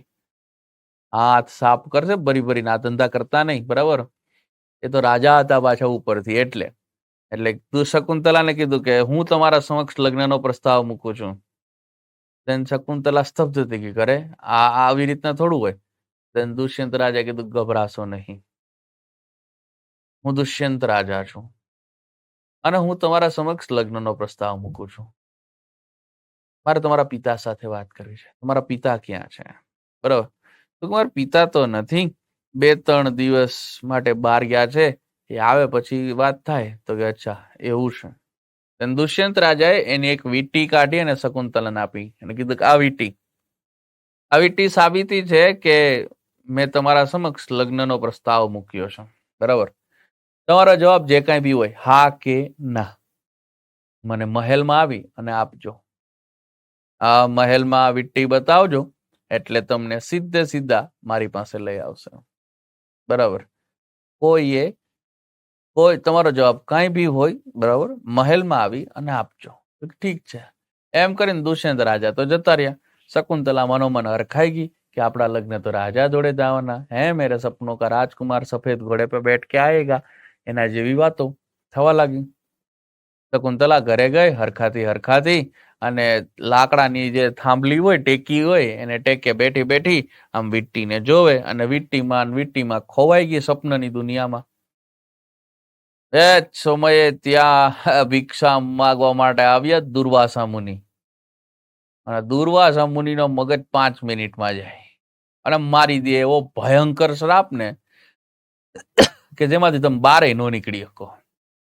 એવો ડેન્જર દઈ દે શ્રાપ. આનું કામ કાજે દુર્વાસાનું. બરાબર. દુર્વાસા આવીને ઉભા મેનકાના શું કહે કે શકુંતલાના ઘરે અને કીધું માતા ભિક્ષાન દેહી. આનું ધ્યાન વીંટીમાં અને દુર્વાસા કીધું માતા ભિક્ષાન દેહી. તો આનું ધ્યાન આમાં. પેલા 5 મિનિટ થયા ઋષિ બોલે માતા ભિક્ષાન દેહી. આ ધ્યાન જ ન દે. બરાબર. દેન ઋષિ દુર્વાસા આવ્યો ક્રોધ અને કીધું જા છોકરી, આ શ્રાપ આપું. આ જેની વીંટી જોઈને તું હરખાય છે ને એ વ્યક્તિ તને ભૂલી જાય. જા. બરાબર. તો દુષ્યંત રાજા ઓન ધ સ્પોટ શકુંતલાને ભૂલી ગયા. ત્યાં તો શકુંતલાની ફ્રેન્ડ જે બાજુમાં રહેતી હતી એ દોડીને આવીને કીધું ના ઋષિ, આટલું બધું ક્રોધિત ન થવાય, આટલું બધું કોપાયમાન ન થવાય. નાદાન બાળકી છે, ભૂલ થઈ ગઈ છે, પહેલી વખત પ્રેમમાં પડી છે એટલે એને કઈ ખાસ ખબર હોતી નથી, આવું ન કરાય. તો કે ના, શ્રાપ આપી દીધો. તો કે પણ ઋષિ તમે નાદાન બાળકીને એવડો મોટો શ્રાપ આપી દીધો, આ યોગ્ય થોડું છે. તો કે ના, શ્રાપ અપાઈ ગયો ભાઈ, પૂરું થયું. પણ તમે બહુ મોટો શ્રાપ આપ્યો છે ઋષિ. બરાબર. આટલું ન હોય. ભૂલ છે છોકરીની સમજવામાં આવે પણ આટલું મોટું થોડું હોય. ઋષિએ કીધું ઠીક છે, તું વિધા કરી દઉં શ્રાપમાં. કે જી. જો છોકરી. તો કે જી. આ જેની વીંટી છે એને તું આ વીંટી પાછી બતાવીશ, એને બધું યાદ આવી જશે. બરાબર. જા. સુવિધા કરી આપી. દેન પેલી શકુંતલા ગઈ ને ભિક્ષા આપી દીધી. જાવ ને ભાઈ, જાવ ને યાર, ખોટા શ્રાપ આપી દીધો વગર મફતનો. એ તો દુર્વાસા તો જતા રહ્યા. બરાબર. દેન બીજે દી શકુંતલા તળાવમાં સ્નાન કરવા ગયા અને એ દરમિયાન એની વીંટી જે છે એ તળાવમાં ખોવાઈ ગઈ અને શકુંતલા રાડો કે મારા લગ્ન નહીં થાય. વીંટી ખોવાઈ ગઈ. રડે. દોડીને ગઈ શું કહે કે દુષ્યંત રાજા પાસે અને કીધું કે તમે મારા સમક્ષ લગ્નનો પ્રસ્તાવ મૂક્યો તો. દુષ્યંત રાજા કે હું તમને ઓળખતો જ નથી, તમે કોણ છો? બરાબર. અને રાડ કે શું થશે, મારા લગ્ન નહીં થાય, એવી વાતો. ફોર્ચ્યુનેટલી થયું કેવું કે એ વીંટી જે છે એ એક માછલી કડી ગઈ. બરાબર. અને એ માછલી પકડાઈને આવી દુષ્યંત રાજાના ઘરે. વૈદિક કાળમાં, લેટ મી ટેલ યુ, વૈદિક કાળમાં ક્ષત્રિય કોમ્યુનિટીને છૂટ છે કે એ માંસાહાર અને મદિરાપાન કરી શકે. ક્ષત્રિય કોમ્યુનિટીને જ, બીજા કોઈને નથી. ક્ષત્રિય વર્ણને જ આ છૂટ મળી બીજા કોઈને મળતી નથી આ કેસમાં. બરાબર. તો એ પકાવવા માટે ગઈ, પેલા રસોઈએ માછલીને કાપી તો અંદરથી વીંટી નીકળી અને એને જોયું કે આ તો મહારાજની વીંટી છે. બરાબર. એને ધોઈ અને મહારાજ પાસે ગયા, દુષ્યંત રાજા પાસે, કીધું કે મહારાજ આ વીંટી મળી છે માછલીના પેટમાંથી, તમારી છે. દુષ્યંત રાજાએ જોયું, દુષ્યંત રાજાને બધું યાદ આવ્યું, કીધું કે અરે આ તો શકુંતલાને આપી હતી. અને પછી મહારાજે જે રથ કાઢ્યો હે 90 ના સ્પીડે, 90 ના સ્પીડ, કોઈ સિગ્નલ બિગ્નલ કાંઈ આડું આવે નહીં, મહારાજ ભગાવે જ જાય. બરાબર. 90 ની સ્પીડે. હા બરાબર. અને દેન શકુંતલા અને દુષ્યંતના લગ્ન થયા. હજી આ તો 25% જ સ્ટોરી છે, 75% સ્ટોરી તો બાકી છે. એ તો બહુ બધું આગળ જાય આ કેસમાં. બરાબર. ચાલો, હજી તો બહુ બધું ચાલે આમાં, બહુ બધું. બરાબર. દેન ઋગ્વેદના 8મા પ્રકરણની અંદર, પ્રકરણ 8માં દેવતાઓની માહિતી છે.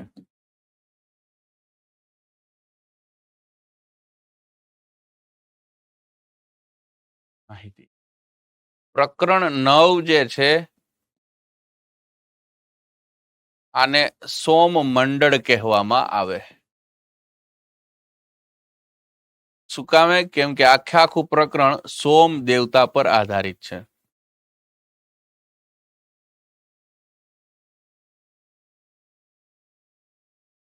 સોમ દેવતા પર આધારિત છે. પ્રકરણ નંબર 10. બરાબર. આમાં પ્રખ્યાત વર્ણ વ્યવસ્થાનો ઉલ્લેખ છે. વર્ણ વ્યવસ્થાનો ઉલ્લેખ છે. બરાબર. વર્ણ વ્યવસ્થા એટલે તો કે બ્રાહ્મણ, ક્ષત્રિય, વૈશ્ય અને શૂદ્ર. કથાઓ મુજબ, બરાબર,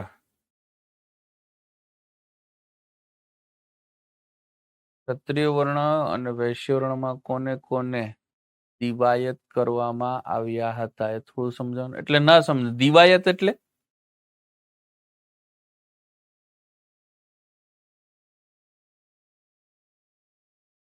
દિવાયત એટલે શું? આ સોમરસ એટલે આલ્કોહોલ. યસ, સોમ મંડળમાં આવશે. યસ પ્રતિક.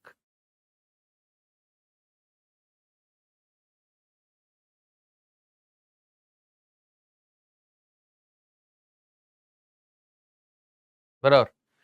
તો કથાઓ મુજબ જ્યારે દેવતાઓ દ્વારા વિરાટ પુરુષને એક બલિ આપવામાં આવી, ત્યારે વિરાટ પુરુષના મુખમાંથી બ્રાહ્મણો, પૂજાઓમાંથી ક્ષત્રિય, જંઘાઓમાંથી વૈશ્ય અને પગમાંથી શૂદ્ર પ્રગટ થયા. હાલાકી ઋગ્વેદમાં જે વર્ણ વ્યવસ્થા લખેલી છે, બરાબર, આ પુરુષ સૂક્તમાં લખેલી છે. પુરુષ શ્લોક જે છે એની અંદર છે લખેલી. બરાબર. અને મજાની વાત એ છે કે આ વર્ણ વ્યવસ્થા ટોટલી ડિપેન્ડ્સ ઓન કર્મ આધારિત છે, નહીં કે જન્મ આધારિત. ડિવાઈડ કરવામાં આવે એ થોડું સમજાવો. યસ, બરાબર. તો કર્મ આધારિત છે, નહીં કે જન્મ આધારિત. ઋગ્વેદ કાલીન સમાજમાં કેવું હતું કે કોઈ પાસે કોઈ કામ ફિક્સ નહોતું. કોઈ બી વ્યક્તિ કોઈ બી કામ કરી શકતો. બરાબર. તો કોઈ બી વ્યક્તિ બ્રાહ્મણ, ક્ષત્રિય, વૈશ્ય, શૂદ્ર બની શકે. તમારો ભલે જન્મ શૂદ્રમાં થયો હોય, પણ તમે બ્રાહ્મણો સાથે ભેગા મળીને કામ કરતા હોય તો તમારો વર્ણ બ્રાહ્મણ કહેવાશે. સિમ્પલી. ઋગ્વેદમાં તો પર્ટિક્યુલર એક વ્યક્તિનું ઇન્ટરવ્યુ પણ છે, જ્યાં એ વ્યક્તિ એવું કહે છે કે હું ક્ષત્રિય છું, મારા ફાધર વૈશ્ય છે અને મારા મધર શૂદ્ર છે. તો એક જ ઘરમાં 3 વર્ણ કઈ રીતના હોઈ શકે છે? કેમ કે એ ભાઈ સૈનિક હતો, એના ફાધર ખેડૂત છે અને એના મધર કોઈને ત્યાં કામ કરવા માટે જાય છે, તો શૂદ્ર છે. બરાબર. ઋગ્વેદમાં જે વર્ણ વ્યવસ્થા બતાવેલી છે, બરાબર, એ ટોટલી કર્મ આધારિત છે. પેલા વૈદિક કાળમાં 1500 થી 1000 વાળો જે 500 વર્ષનો ગેપ છે, એમાં કોઈના કામ ફિક્સ જ નહોતા. કોઈ બી વ્યક્તિ કોઈ બી કામ કરી શકતો. બરાબર. તો કોઈ બી વ્યક્તિ કાંઈ બી બની શકે. આગળ જતા કામની સંખ્યાઓ વધી, જગ્યાઓ વધી, કામ વધ્યું, માણસો વધ્યા, તો અમુક લોકોના કામ ફિક્સ થતા ગયા. તો ફિક્સ જે કામ થયા એને આધારે શું થઈ ગયું? તો વર્ણ બી ફિક્સ થઈ ગયા. આગળ જતા કેવું થયું કે સુથારના દીકરા આગળ જતા સુથારનું કામ જ કરવા લાગ્યા. લુહારનું લુહાર, સોનીનું સોનું, બ્રાહ્મણનું બ્રાહ્મણ. બરાબર. તો એ વર્ણ ફિક્સ થઈ ગયો પછી આગળ જતા કે હવે બ્રાહ્મણના દીકરા બ્રાહ્મણ, ક્ષત્રિયના ક્ષત્રિય, વૈશ્યના વૈશ્ય અને શૂદ્રના શૂદ્ર કહેવાશે. એ આગળ જતા થયું છે. બરાબર. બાકી પહેલેથી તો બતાવેલું છે નહીં.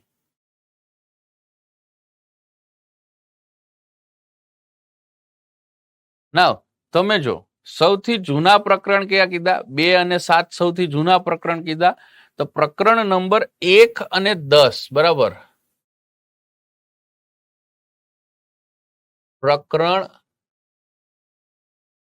1 અને 10 આ સૌથી નવીનતમ પ્રકરણ છે.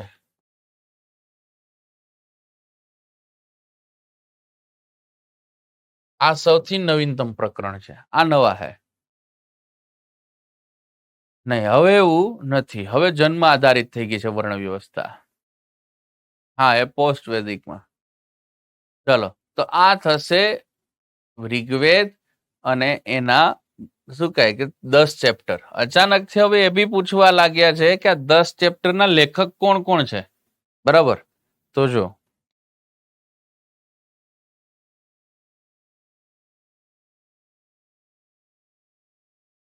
પ્રકરણ અને એના લેખક. પહેલું પ્રકરણ, આના લેખક છે મધુછંદા. મધુછંદા. બરાબર. બીજું પ્રકરણ આ લખ્યું છે આપણે પેલા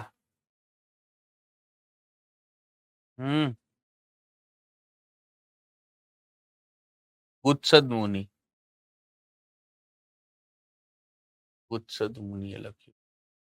ત્રીજું પ્રકરણ તો કે વિશ્વામિત્ર. ચોથું પ્રકરણ તો કે વામદેવ. પાંચમું પ્રકરણ તો કે અત્રિ મુનિ. છઠ્ઠું પ્રકરણ તો કે ભારદ્વાજ. સાતમું પ્રકરણ તો કે વશિષ્ઠ. આઠમું પ્રકરણ અંગીરા. નવમું પ્રકરણ તો કે કણવ. 10મું પ્રકરણ તો કે અનેક ઋષિઓ દ્વારા. અનેક ઋષિઓ ભેગા થયા અને એને આ ચેપ્ટર લખ્યું છે. શું કરીએ? જે છે આપણી વારસો છે એ તો છે જ. બરાબર. કે શકુંતલા દુષ્યંતની વાર્તા છે એ થોડી સમજવા જેવી છે.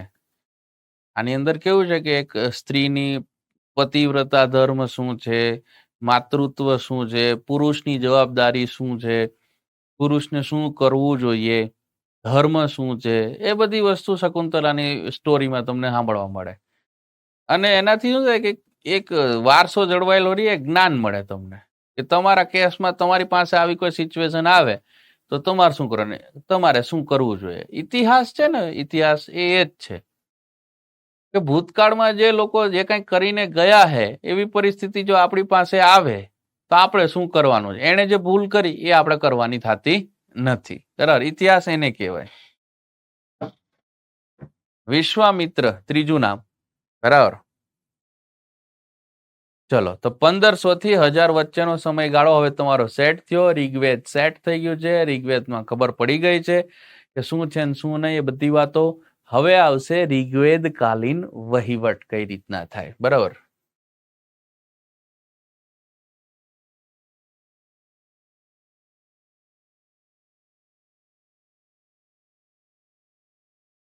ઋગ્વેદ કાલીન વહીવટ કઈ રીતના થાય તો કે જો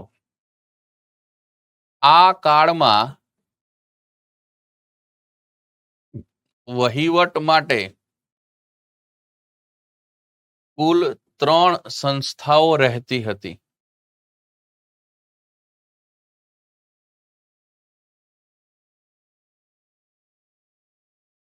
કઈ કઈ? તો કે નંબર 1 સભા, નંબર 2 સમિતિ અને નંબર 3 વિદિત. બરાબર, આ 3 સંસ્થાઓ રહે, સભા, સમિતિ અને વિદિત. આના આધારે તમારે વહીવટ કરવાનો થાય.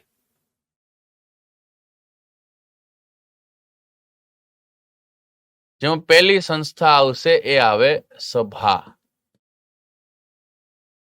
સભાનો અર્થ થાય ચમકવું, શાઇનિંગ, ચમકવું. બરાબર. ઋગ્વેદમાં સભાનો ઉલ્લેખ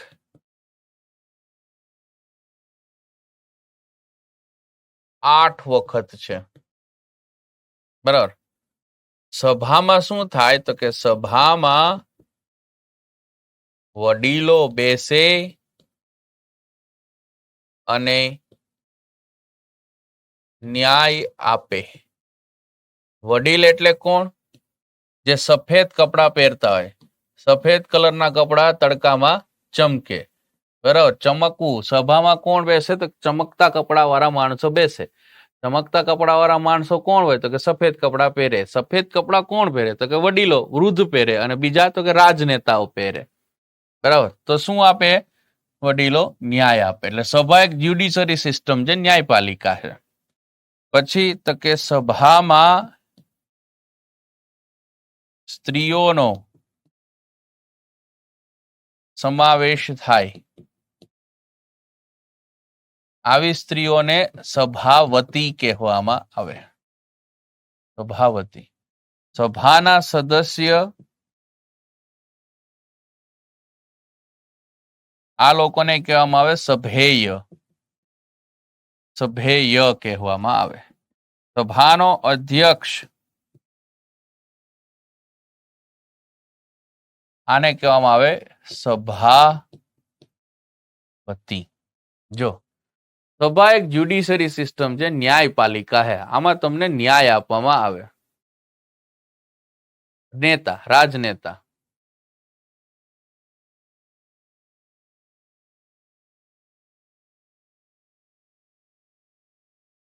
વૃદ્ધ અને નેતાઓ. કેમ કે આના જ કપડા શાઇનિંગ હોય ને, ચમકદાર હોય. ચલો નેક્સ્ટ આવશે સમિતિ.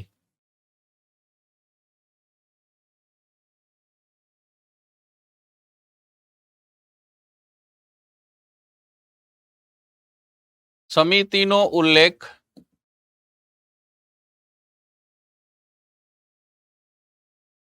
ઋગ્વેદમાં 9 વખત છે. 9 ટાઈમ મેન્શન છે. સમિતિમાં શું થાય? તો કે સમિતિમાં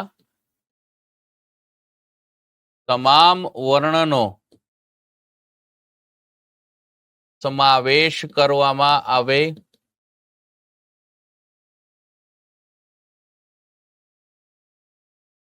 અને ભવિષ્યની નીતિઓ નક્કી કરવામાં આવે.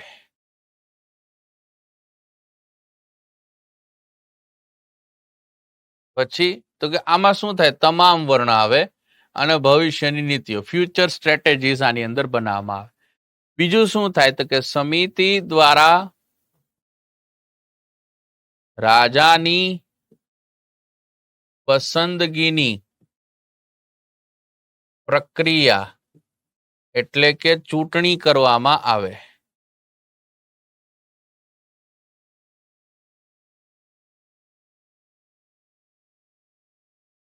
ચૂંટણી કરવામાં આવે.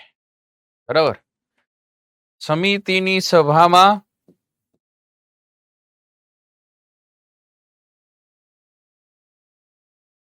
રાજાએ અચૂક હાજરી આપવી પડે.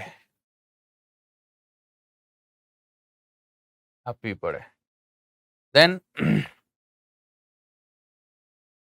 સમિતિમાં સ્ત્રીઓનો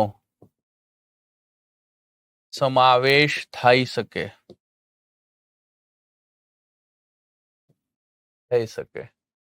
સમિતિનો અધ્યક્ષ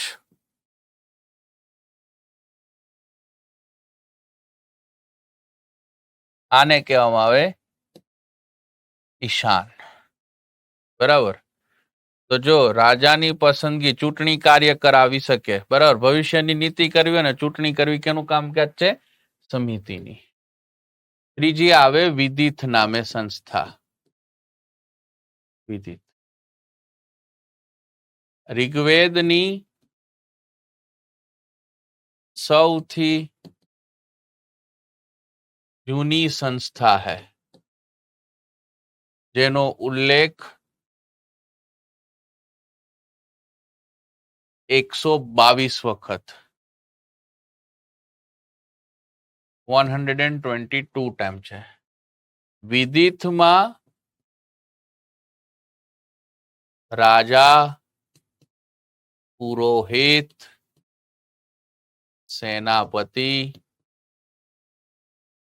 ગુપ્તચર અને ગ્રામીણીનો સમાવેશ થાય.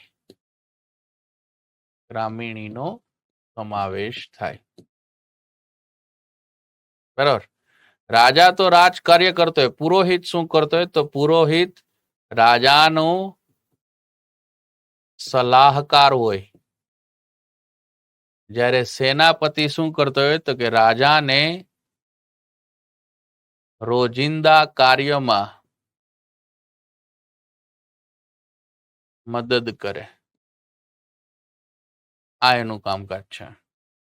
વળી વિદિતમાં સ્ત્રીઓનો સમાવેશ થઈ શકે.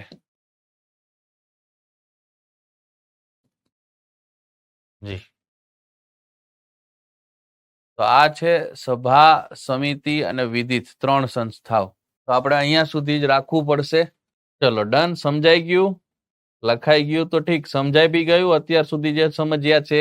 તો જો વૈદિક સંસ્કૃતિનો સમયગાળો 1500 થી 600, 1500 થી 1000 ને 500 વર્ષ, જેને વૈદિક યુગ કહેવાશે, કેમ કે એકમાત્ર ઋગ્વેદ, અને પછી 1000 થી 600 જેમાં અનુક્રમે 3 સામ, યજુ અને અથર્વ. આ સંસ્કૃતિને શરૂ કરવાવાળા આર્યો છે. આર્યો એટલે કોણ? તો કે શ્રેષ્ઠ વ્યક્તિઓ કહેવાય. મેક્સ મુલર એવું કહેતો હતો કે મધ્ય એશિયાથી છે, દયાનંદ સરસ્વતીનું કેવું તિબેટથી, અને લોકમાન્ય તિલકનું કેવું છે કે ઉત્તર ધ્રુવથી. પણ પુરાતત્વ વિભાગનું કેવું છે કે આર્યો ક્યાં છે? યુરેશિયાના સ્ટેપીઝના મેદાનમાં, કેમ કે ત્યાં પશુપાલન કરતા, દુષ્કાળ પડ્યો એટલે ભારત આવ્યા. આ પ્રોસીજર થ્રુ ભારત પહોંચ્યા. અહીંયા આવ્યા તો સિંધુ સભ્યતાના લોકો જોડે યુદ્ધ કર્યું ને મારીને દક્ષિણમાં ધકેલી દીધા, અને એણે એની ભાષા જે આવી એ સંસ્કૃત સેટ કરી. આર્યોનું આગમન થયું એટલે તમારે વૈદિક યુગ શરૂ થયો. વૈદિક યુગના પુરાવા શું? તો કે ઋગ્વેદ ને જે અવેસ્તા ગ્રંથ, બાકી આ ત્રણ બીજા પુરાતાત્વિક શું કહેવાય કે સ્ત્રોતો. આવ્યો ઋગ્વેદ. બરાબર. ઋગ્વેદ ને છે એની 1200માં રચના, સપ્તર્ષિ ઋષિ, વેદ વ્યાસ સંકલન, દેવનાગરી લિપિ, સંસ્કૃત ભાષા, સંપૂર્ણ રીતે કાવ્ય છે. 10 પ્રકરણ, 1028 સૂક્ત, અને શું કહેવાય કે 10,600 ઋચાઓ છે. બરાબર. દેન તો કે કયા કયા પ્રકરણમાં શું છે? તો પહેલામાં સ્તુતિ, બીજું અને 7 સૌથી જૂનું, જેમાં ગોત્ર છે. 3માં ગાયત્રી મંત્ર, 7માં દાસરાગ યુદ્ધ, 8માં દેવતાની માહિતી, 9મું સોમ મંડળ કહેવાય, 10માં વર્ણ વ્યવસ્થા લખેલી છે. બરાબર. આ બધા એના લેખકો છે. પછી તો કે જે 1500 થી 1000 વાળો સમયગાળો છે એમાં વહીવટ કઈ રીતના ચાલે? તો કે 3 સંસ્થા, સભા, સમિતિ ને વિદિત. સભામાં શું થાય? તો કે વડીલો બેસે અને ન્યાય આપે. સમિતિ તો કે સમિતિ ભવિષ્યની નીતિઓ નક્કી કરે, રાજાની ચૂંટણી કરે. બરાબર. અને વિદિત તો કે સૌથી મોટી સંસ્થા, 122 વખત ઉલ્લેખ. રાજા બેઠો હોય મુખ્ય વ્યક્તિ, બાકી લોકો એના સલાહકાર ને હેલ્પ કરવા વાળા. 3 સંસ્થાઓમાં સ્ત્રીઓનો સમાવેશ થઈ શકે. ખબર પડી? ચલો, આ થઈ ગયું તમારે ક્વિક રિવિઝન નો પાઠ. બરાબર. કરી દેશો 100%. ગ્રામનો મુખ્ય વ્યક્તિ ગ્રામીણી કહેવાય.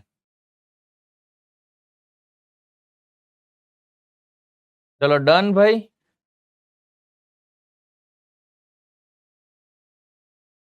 કમ્પ્લીટ. અહીંયા સુધી રાખીએ. મળીએ નેક્સ્ટમાં. બરાબર. ચલો ટીલ ધ ટાઈમ એન્જોય.